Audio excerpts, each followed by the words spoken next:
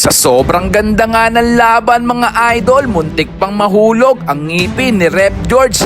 Hay!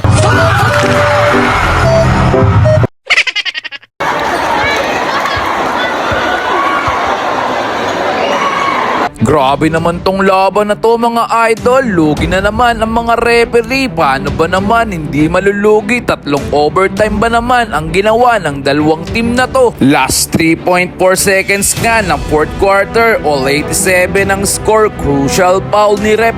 Muntikan pa nga magkaabirya sa unang overtime dahil sa play na to.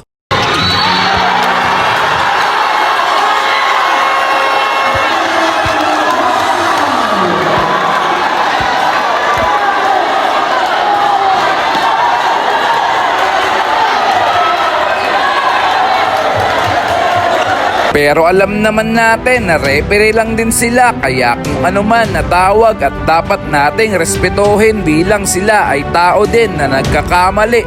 Import ng magkabilang kupunan, Chinel Estacio, nagkakasubukan sa laban.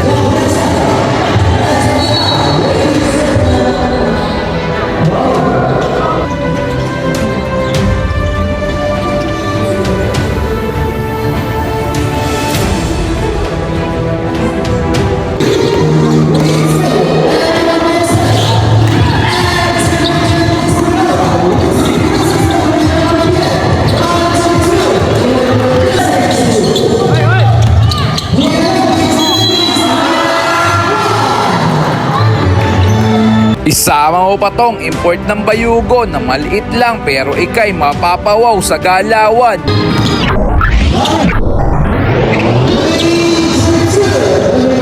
Unang kita ko pa lang sa player na to pero solid agad ang pinakita. Hindi rin naman sayang ang inyong pagkuha sa bata na yan.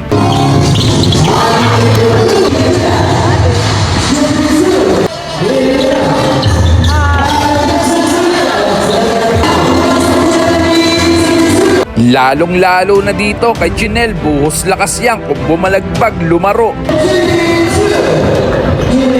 Acapulco nagpakilala kay Estacio, isang malinis na steal ang pinakita.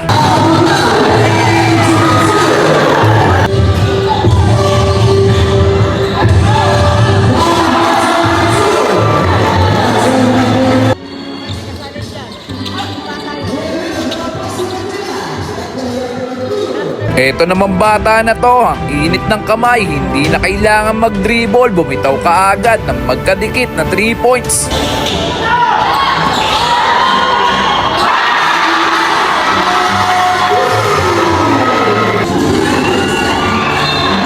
Estacio na naman ang tinamaan, wag dito sa aming home court.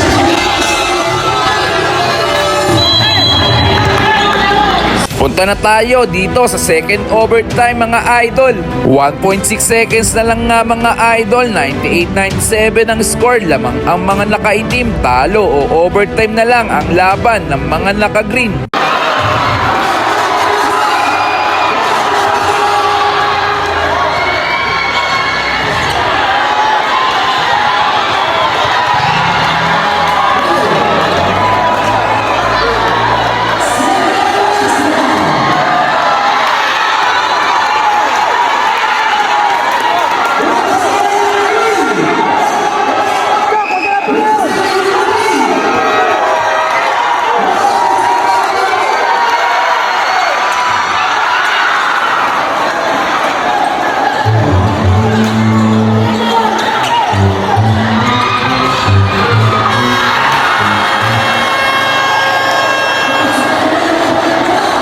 Halos pinupulikat na nga ang mga player pero wala talagang sumusuko sa laban.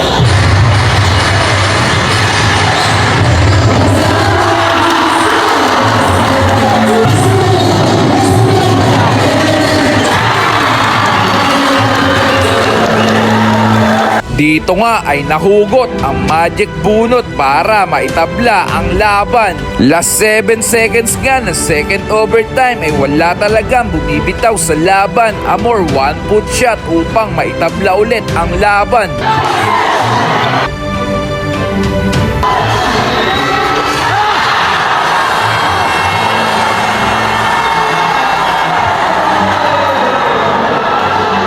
Napaka-solid ng laban ng dalawang kupunan. Lahat kami ay pinagod nyo sa napakaganda nyong laban. Bago nyo nga matapos ang video na ito, big shoutout muna sa ating sponsors, KMB Printing at sa Jigshoes Apparel, basketballista ng Rizal. Peace out!